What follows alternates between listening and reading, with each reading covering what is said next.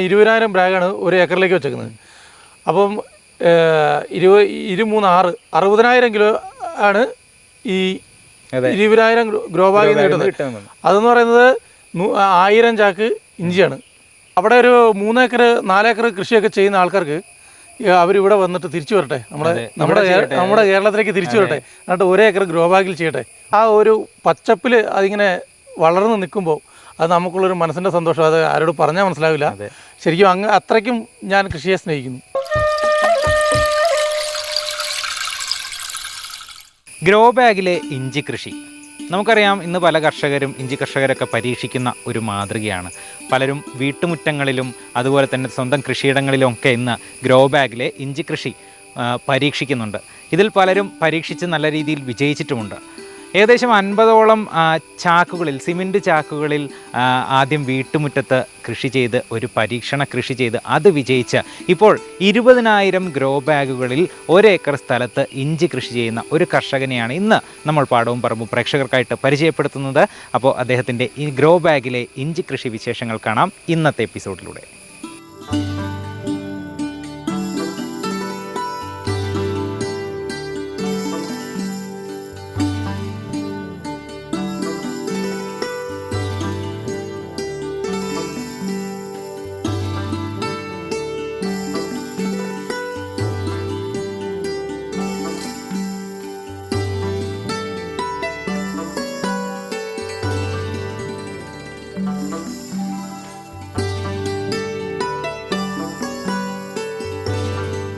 അപ്പോൾ ഇതാണ് ബോബിച്ചേട്ടൻ. ബോബിച്ചേട്ടൻ ഏകദേശം 20,000 ഗ്രോ ബാഗുകളിൽ ഇഞ്ചി വളർത്തുന്നുണ്ട്. അപ്പോൾ ഇദ്ദേഹത്തിൻ്റെ കൃഷിയിടത്തിൽ നമ്മൾ എത്തിയപ്പോൾ തന്നെയുള്ള കാഴ്ച വളരെ അതിമനോഹരമായൊരു കാഴ്ചയാണ്. ഇഞ്ചി ഇങ്ങനെ വളർന്നു നിൽക്കുക. നമുക്ക് സാധാരണ മണ്ണിൽ നട്ട ഇഞ്ചി നമ്മൾ കണ്ടിട്ടുണ്ടാവും, ഗ്രോ ബാഗിലൊക്കെ ഇപ്പോൾ പലരും കൃഷി ചെയ്യുന്നുണ്ട്. പക്ഷേ ഇത്രയധികം ഈ ഗ്രോ ബാഗുകളിൽ കൃഷി ചെയ്യുന്നത് ചിലപ്പോൾ നമുക്ക് വയനാട്ടിൽ തന്നെ ആദ്യമായിട്ടായിരിക്കും. അപ്പോൾ എന്തായാലും ബോബിച്ചേട്ടാ, എങ്ങനെയാണ് നമുക്ക് ഈ ഒരു ഇത്രയും അധികം വലുതായിട്ടുള്ള രീതിയിൽ കൃഷി ചെയ്യാന്ന് വെച്ചാൽ ചെറിയ രീതിയിൽ കൃഷിയൊക്കെ തുടങ്ങിയിരുന്നല്ലോ, ഇതൊരു പരീക്ഷണം ആദ്യം കഴിഞ്ഞിട്ടാണ് ഈ ഒരു വലിയ രീതിയിലുള്ളൊരു കൃഷിയിലേക്ക് വന്നത്. അപ്പോൾ എങ്ങനെയായിരുന്നു ഈ ഒരു ഇഞ്ചി കൃഷി? ഞാൻ കഴിഞ്ഞ വർഷം പരീക്ഷണത്തിനായി വീടിൻ്റെ മുറ്റത്ത് തന്നെ കുറച്ച് ബാഗുകൾ നട്ടു. അതിൽ നിന്നുള്ള വിളവെടുത്ത് കണ്ടപ്പം എനിക്കൊരു നല്ല വിളവ് കിട്ടി. അത് ഗ്രോ ബാഗിലല്ല, നമ്മൾ ചാക്കില്ലേ, സിമെൻറ്റ് ചാക്കിനകത്തായിരുന്നു നട്ടിരുന്നത്. അതിൽ നട്ടപ്പോൾ ഒരു 3 കിലോയ്ക്ക് മുകളിലേക്ക് കിട്ടി. ഇഞ്ചി ഒരു ഒറ്റ കവറിൽ നിന്നും 3 കിലോയ്ക്ക് മുകളിലേക്ക് ചാക്കിൽ കിട്ടി. അപ്പോൾ അത് നല്ലൊരു ഇതായിട്ട് തോന്നി. പിന്നെ നമുക്ക് ഈ NFPO, നമ്മുടെ കർഷക സംഘടനയുണ്ട്, അതൊരു സെമിനാർ വെച്ചിരുന്നു. അതിലും ഈ ഗ്രോ ബാഗ് കൃഷിയെക്കുറിച്ച് നമ്മൾക്ക് ക്ലാസ് എടുത്തിരുന്നു. അതിൽ നിന്നുള്ള ഒരു പ്രചോദനവും ഉണ്ട്. നമ്മുടെ പരീക്ഷണവും വിജയിച്ചുകൊണ്ട് ഞാൻ ഈ വർഷം കുറച്ച് കൂടുതലായിട്ട് ചെയ്യാം. കർണാടകത്തിലാണ് ഞാൻ കൃഷി ചെയ്തുകൊണ്ടിരുന്നത്. അവിടെ കൃഷി ചെയ്യാൻ പല ബുദ്ധിമുട്ടുകളുണ്ട്. ഇപ്പോൾ അവിടെ കൃഷി ചെയ്യുന്നതിന് പോകൽ, വരവ്, പിന്നെ അവിടുത്തെ ഇപ്പോൾ എല്ലാത്തിനും ചിലവ് കണ്ടമാനം കൂടുതലായി. സ്ഥലത്തിനൊക്കെ 1 ലക്ഷം 1.5 ലക്ഷം രൂപയ്ക്കാണ് പാട്ടം അവർ ചോദിക്കുന്നത്. അപ്പോൾ അതൊക്കെ ഒഴിവാക്കി നമുക്ക് ഈസി ആയിട്ട് ഇവിടെ കൃഷി ചെയ്യാൻ പറ്റും. അതെ, നമ്മുടെ ഇപ്പോൾ ഏറ്റവും വലിയൊരു പ്രതിസന്ധി എന്നുള്ളത് നമ്മുടെ നാട്ടിൽ ഇഞ്ചി കേടുവന്നു പോകുന്നു എന്നുള്ളൊരു പ്രശ്നമാണ്. ശരിക്കും ഈ ഗ്രോ ബാഗിലേക്ക് മാറിക്കഴിഞ്ഞാൽ ആ ഒരു പ്രശ്നം ഉണ്ടാവില്ല, കുറവായിരിക്കും. ഒരു കാരണവശാലും കേട് വരാൻ സാധ്യത കുറവാണ്. വന്നാൽ തന്നെ ഇതിപ്പോൾ ഒരു ബാഗിൽ എന്തെങ്കിലും ഒരു കേട് വന്നാൽ തന്നെ ആ ഗ്രോ ബാഗ് എടുത്ത് നമുക്ക് മാറ്റി അത് വേറെ കൊണ്ടുവച്ച് തന്നെ അതിന് സെപ്പറേറ്റ് വേണം ട്രീറ്റ് ചെയ്ത് രക്ഷപ്പെടുത്തുക. പക്ഷേ അതിലും നല്ലത് അത് എടുത്ത് മാറ്റി നമ്മളത് കളയുന്നതായിരിക്കും നല്ലത്. അതായിരിക്കും. അപ്പോൾ ഇതിൻ്റെ ഒരു ചിലവ് വരുന്നത് അങ്ങനെ, നമ്മളിപ്പോൾ ഒരു സ്ഥലം ഒരുക്കി കഴിഞ്ഞാൽ അവിടെ ഒരു ഗ്രോ ബാഗിൽ ഇഞ്ചി കൃഷി തുടങ്ങണമെങ്കിൽ ഇപ്പോൾ ഇവിടെയാണെങ്കിൽ പോളിത്തീൻ ഷീറ്റ് വിരിച്ചിട്ടുണ്ട്. അപ്പോൾ എന്തൊക്കെയാണ് അതിൻ്റെ ചിലവുകളൊക്കെ വരിക? ചിലവ് എന്ന് പറഞ്ഞാൽ 1 ഏക്കർ സ്ഥലത്തേക്ക് ഞാനിപ്പോൾ മൊത്തത്തിൽ ചെയ്ത് വരുമ്പോൾ ആദ്യം ചെയ്തുകൊണ്ട് ഒരു 6 ലക്ഷം രൂപയോളം മുടക്കുണ്ട്. ഇനി തുടർന്ന് ഇതിൽ ചെയ്യുമ്പോൾ നമുക്ക് കുറേ പൈസയുടെ ലാഭമുണ്ട്. എനിക്ക് എൻ്റെ നമ്മുടെ സ്വന്തം സ്ഥലമായതുകൊണ്ട് സ്ഥലത്തിൻ്റെ പാട്ടമില്ല. നമുക്കുള്ള സ്ഥലത്ത് നമുക്കിത് ചെയ്യാൻ കഴിയും. എങ്ങനെയാണ് ഈ ഒരു ഗ്രോ ബാഗ്, നമുക്ക് ഈ ഗ്രോ ബാഗിൻ്റെ റേറ്റ് വരുന്നത്? അതേപോലെ ഇവിടെ ട്രിപ്പ് സെറ്റ് ചെയ്തിട്ടുണ്ട്. അപ്പോൾ അതിൻ്റെ ഒക്കെ എങ്ങനെയാണ് ഒരു ചിലവ് വന്നത്? ചിലവ് ഗ്രോ ബാഗിന് ഇപ്പോൾ ഒരാൾ ഇങ്ങനെ ഈ ഒരു മോഡൽ കൃഷി ചെയ്യാൻ ആഗ്രഹിക്കുകയാണ്. അപ്പോൾ നമുക്ക് എങ്ങനെയാണ് ഇതിൻ്റെ ചിലവ് കാര്യങ്ങൾ, ഈ ബാഗ് എവിടെ നിന്ന് കിട്ടുക, അങ്ങനെയുള്ള കാര്യങ്ങൾ? ബാഗ് ഞങ്ങൾ നമ്മുടെ കമ്പനിയിൽ തന്നെ ഉണ്ട്. NFPOയുടെ കടകളുണ്ട്, 2 കടയുണ്ട്, ആൻപോസ്റ്റും നെഞ്ചങ്കോടും ഉണ്ട്. അവിടെ നിന്നാണ് ഞാൻ ഈ ഗ്രോ ബാഗ് വാങ്ങിയത്. അതിന് ഏകദേശം ഒരു 5 രൂപ ചില്ലറ പൈസ ഒരു ഗ്രോ ബാഗിന് 6 രൂപയുടെ ഉള്ളിൽ ചിലവ് വരും മേടിക്കുന്നതിന്. പിന്നെ അതുപോലെ തന്നെ അതിനധികം നിറച്ചിരിക്കുന്ന എങ്ങനെയാണ് മണ്ണും? അതായത് മണ്ണും നമ്മുടെ ജൈവവളമുണ്ട്. ജൈവവളം അതായത് NFPOയുടെ സോയിൽ പവർ, അതും മണ്ണും കൂടെ മിക്സ് ചെയ്തിട്ടാണ് ഞാനിപ്പോൾ ഈ കൂടെ നിറച്ചിരിക്കുന്നത്. വേറെ വളങ്ങളൊന്നും ഞാൻ ഇതിനകത്ത് ചേർത്തിട്ടില്ല. അപ്പോൾ ഇനി നമുക്ക് ഏറ്റവും ഇമ്പോർട്ടൻ്റ് ആയിട്ടുള്ളൊരു ചോദ്യം എന്നുള്ളത്, ഈ ഒരു ഗ്രോ ബാഗിൽ നമുക്കിപ്പോൾ മണ്ണാണല്ലോ നിറയ്ക്കുന്നത്, മണ്ണും ജൈവവളമാണ്. അപ്പോൾ ഈ മണ്ണ് ഒരുക്കുന്നതിൽ എന്തെങ്കിലുമൊക്കെ പ്രത്യേകത? തീർച്ചയായിട്ടും മണ്ണ് ഫസ്റ്റിൽ നമ്മൾ എന്ത് കൃഷിയായാലും ആ മണ്ണ് ടെസ്റ്റ് ചെയ്യണം. മണ്ണ് ടെസ്റ്റ് ചെയ്തതിന് ശേഷം pH കറക്റ്റ് ആണോ എന്ന് അറിഞ്ഞിട്ട് വേണം നമ്മൾ മണ്ണിൽ കൃഷി ചെയ്യുന്നതിന് വേണ്ടി. ടെസ്റ്റ് ചെയ്ത് പിന്നെ മൈക്രോ ന്യൂട്രിയൻസിൻ്റെ ടെസ്റ്റും ചെയ്യാൻ കഴിയും. ആ ടെസ്റ്റ് ചെയ്തതിന് ശേഷം എന്താണോ നമ്മുടെ മണ്ണിൽ കുറവുള്ളത്, അത് ചിലപ്പം മഗ്നീഷ്യം ആയിരിക്കും കുറവ്, അല്ലെ സിങ്ക് ആയിരിക്കും, ബോറോൺ ആയിരിക്കും, ഏതാണോ കുറവുള്ളത് അത് നോക്കി നമ്മൾ ഈ ചെടികൾക്ക് കൊടുക്കുകയാണ് ചെയ്യുന്നത്.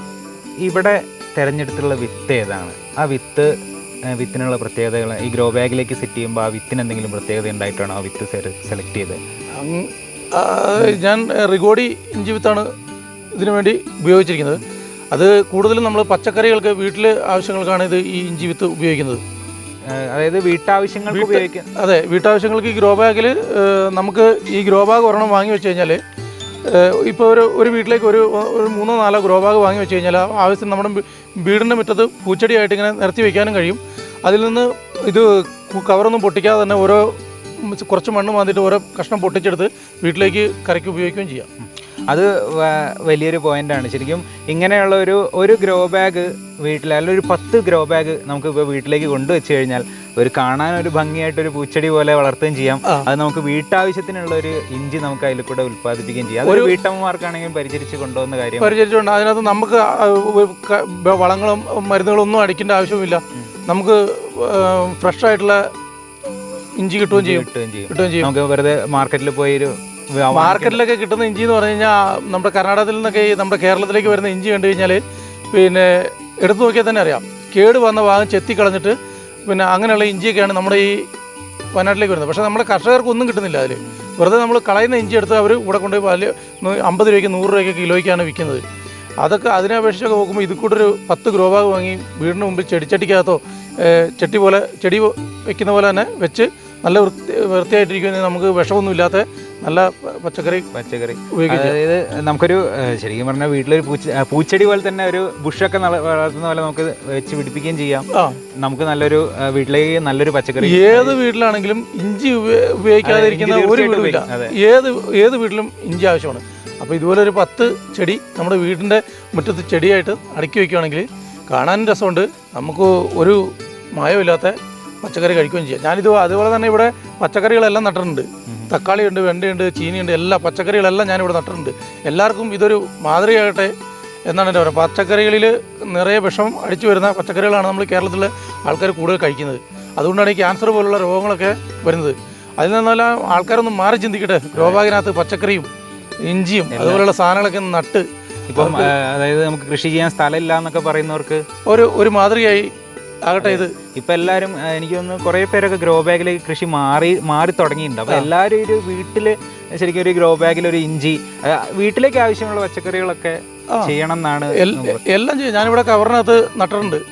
ഈ തക്കാളി, പച്ചമുളക്, വെണ്ട, എല്ലാ സാധനവും ഞാനിവിടെ നട്ടിട്ടുണ്ട്.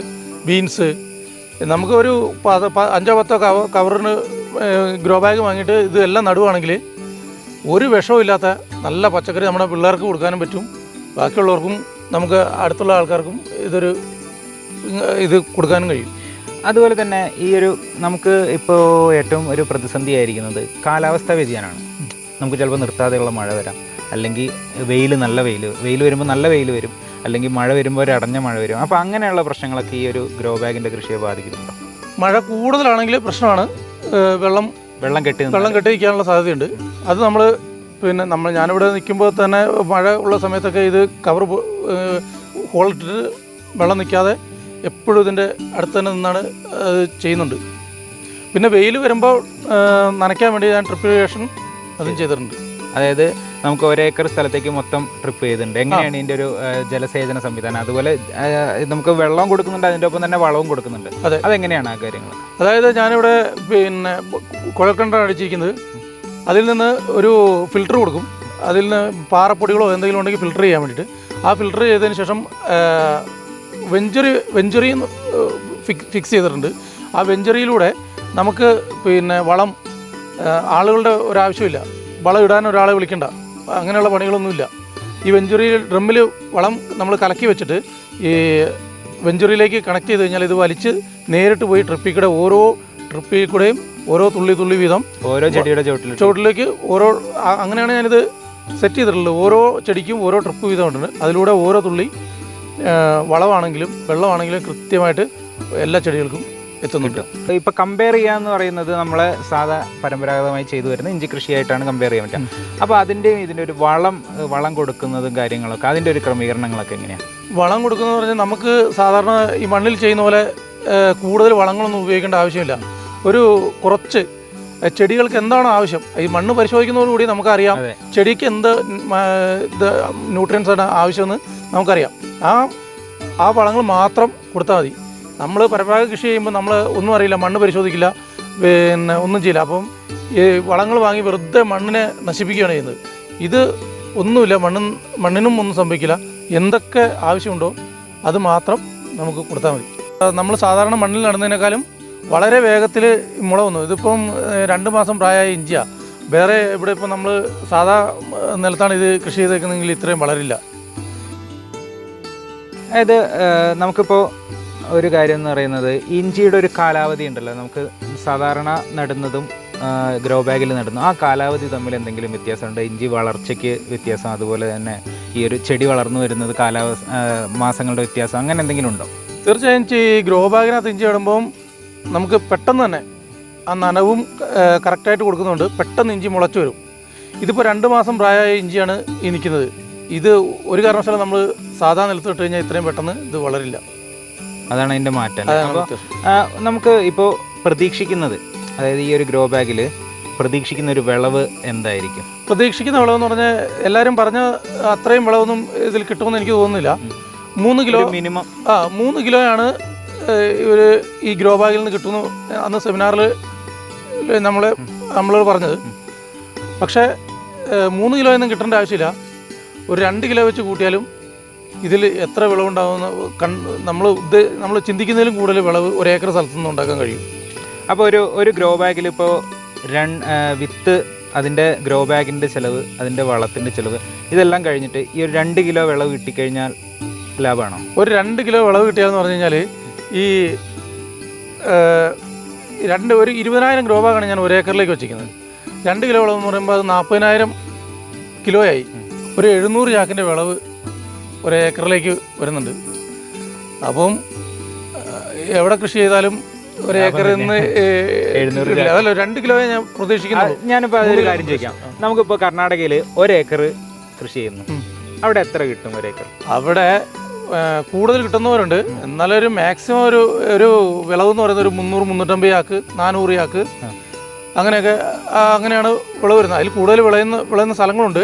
എന്നാലും നമുക്ക് നോർമലി ഒരു 350 ചാക്ക് ഇഞ്ചി അവിടെ ഒരേക്കറിൽ, ഒരു 400 ചാക്ക് വിളവാണ് കിട്ടുന്നത് ഒരേക്കറിൽ കിട്ടുന്നത്.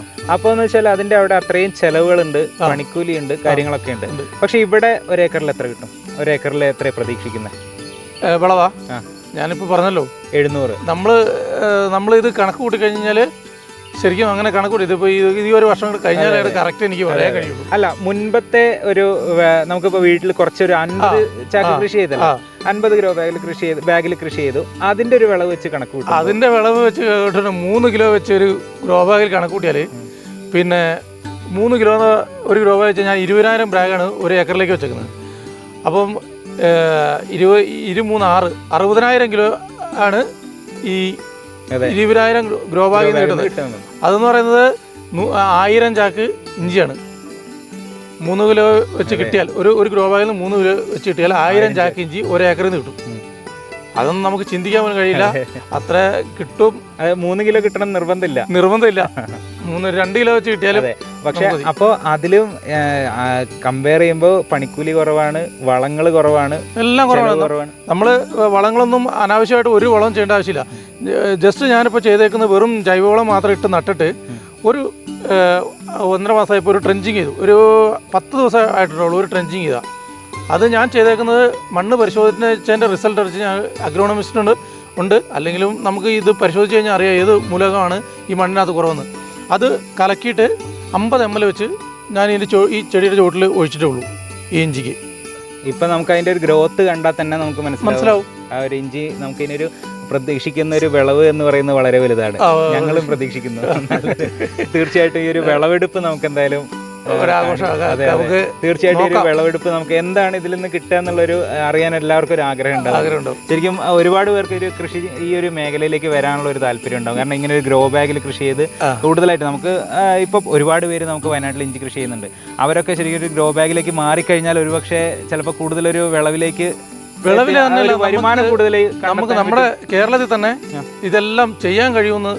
അതെ, ഇതെല്ലാം നമുക്ക് ഈ പച്ചക്കറികളും ഈ ഇഞ്ചിയും എന്ത് ആയിക്കോട്ടെ എന്ത് സാധനം നമ്മുടെ ഈ ഇവിടെ തന്നെ ഉൽപ്പാദിപ്പിക്കാൻ കഴിയുമെന്ന് എല്ലാം നമ്മുടെ ജനങ്ങൾക്ക്, നമ്മുടെ കേരളത്തിലെ ആൾക്കാർക്കൊക്കെ ഒന്ന് മനസ്സിലായിട്ട് അവർ നല്ല വിഷരഹിതമായൊരു പച്ചക്കറികളും ഇതൊക്കെ കഴിക്കാൻ ഞാൻ ഈ കൃഷി ചെയ്യുന്നതോടെ അവർക്കൊരു പ്രചോദനമാവട്ടെ.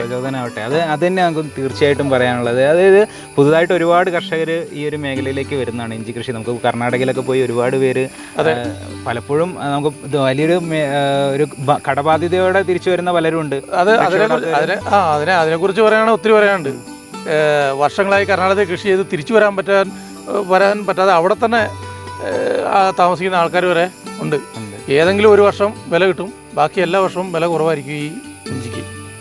അപ്പോൾ ഒരു പ്രതീക്ഷയോടെ കൃഷി ചെയ്യുന്നവർക്കൊക്കെ ഒരു പുത്തൻ ഒരു മാർഗമാണ്. അവിടെ ഒരു 3 ഏക്കർ 4 ഏക്കർ കൃഷിയൊക്കെ ചെയ്യുന്ന ആൾക്കാർക്ക് അവരിവിടെ വന്നിട്ട് തിരിച്ചു വരട്ടെ, നമ്മുടെ കേരളത്തിലേക്ക് തിരിച്ചു വരട്ടെ. എന്നിട്ട് 1 ഏക്കർ ഗ്രോ ബാഗിൽ ചെയ്യട്ടെ, ഒരു 3 ഏക്കറിൻ്റെ വിളവും ഇവിടെ ഉണ്ടാക്കിയെടുക്കട്ടെ. അതുപോലെ തന്നെ നമുക്കിപ്പം ഈ ഒരു കൃഷി മേഖലയിലേക്ക്, കാർഷിക മേഖലയിലേക്ക് ഇപ്പോൾ ആളുകളൊന്നും കുറവാണ് വരുന്നത്. നമുക്ക് പുത്തൻ തലമുറ അങ്ങനെ കാർഷിക മേഖലയിലേക്ക് വരുന്നത് കുറവാണ്. എങ്കിൽ കുറച്ച് പേരൊക്കെ വരുന്നുണ്ട്. പക്ഷേ അവരോട് എന്താണ് പറയുക? ഇപ്പോൾ പലരും നമ്മളെ ഒരു കൃഷി മേഖല തന്നെ വിട്ടുപോയതാണ്. ഒരുപക്ഷെ ഒരു മുള്ളംകൊല്ലിക്കാരൻ ഈ ഒരു കാർഷിക മേഖലയിൽ നിന്നുള്ളൊരു ആൾ എന്ന നിലയിൽ എന്താണ് പറയാനുള്ളത്? കൃഷി എന്ന് പറയുന്നത് എനിക്കൊരു ലഹരിയാണ്. ശരിക്കും പറഞ്ഞാൽ മറ്റ് കൃഷി അത് നമ്മൾ സ്വന്തം നട്ട് അതിനെ നനച്ച് അത് വലുതായി ആ ഒരു പച്ചപ്പിൽ അതിങ്ങനെ വളർന്ന് നിൽക്കുമ്പോൾ അത് നമുക്കുള്ളൊരു മനസ്സിൻ്റെ സന്തോഷം അത് ആരോട് പറഞ്ഞാൽ മനസ്സിലാവില്ല. ശരിക്കും അത്രയ്ക്കും ഞാൻ കൃഷിയെ സ്നേഹിക്കുന്നു. അത് ശരിക്കും അനുഭവിച്ചറിയണമല്ലേ? അത് ശരിക്കും പറഞ്ഞു കഴിഞ്ഞാൽ നമ്മളിത് സ്വന്തം നട്ട് അത് വളർന്ന് ഈ തോട്ടത്തിലൂടെ നമ്മളൊന്ന് ഇറങ്ങി നടക്കണം. വൈകുന്നേരം സമയങ്ങളിലൊക്കെ വന്ന് ഇവിടെ ഇരിക്കുകയോ നടക്കുകയൊക്കെ ചെയ്താൽ നമ്മുടെ എല്ലാ എന്തൊക്കെ പ്രശ്നങ്ങളുണ്ടെങ്കിലും അതെല്ലാം മാറാൻ ഈ ഒരു പച്ചപ്പ് കാണുമ്പോൾ അത് എനിക്ക് മാറി കിട്ടുന്നുണ്ട്. അതുകൊണ്ടാണ് ഞാൻ ഈ കൃഷിയിൽ തുടരുന്നത്. അപ്പോൾ ഇദ്ദേഹം പറഞ്ഞതുപോലെ ഈ ഒരു ഇഞ്ചി കൃഷി, ഗ്രോ ബാഗിലെ ഇഞ്ചി കൃഷി നമുക്ക് ഏവർക്കും മാതൃകയാക്കാവുന്ന ഒരു കൃഷി രീതി കൂടിയാണ്. കുറഞ്ഞ സ്ഥലത്ത് കൂടുതൽ വരുമാനം എന്നുള്ളത് തന്നെയാണ് ഈ ഒരു ഗ്രോ ബാഗിലെ ഇഞ്ചി കൃഷിയുടെ ഒരു പ്രത്യേകത. കൂടാതെ ഇത് വീട്ടമ്മമാർക്ക് നമ്മുടെ വീട്ടുമുറ്റങ്ങളിൽ ഒരു ചെടി പരിപാലിക്കുന്നത് പോലെ ഈ ഒരു ഗ്രോ ബാഗിലെ ഇഞ്ചി കൃഷി നമുക്ക് പരിപാലിക്കുകയും ചെയ്യാം. അപ്പോൾ ഇന്നത്തെ ഈ വ്യത്യസ്തമായ ഗ്രോ ബാഗിലെ ഇഞ്ചി കൃഷി കാഴ്ചയോടെ ഇന്നത്തെ എപ്പിസോഡ് ഇവിടെ പൂർണ്ണമാവുകയാണ്. അടുത്തയാഴ്ച വീണ്ടും കാണാം. നന്ദി, നമസ്കാരം.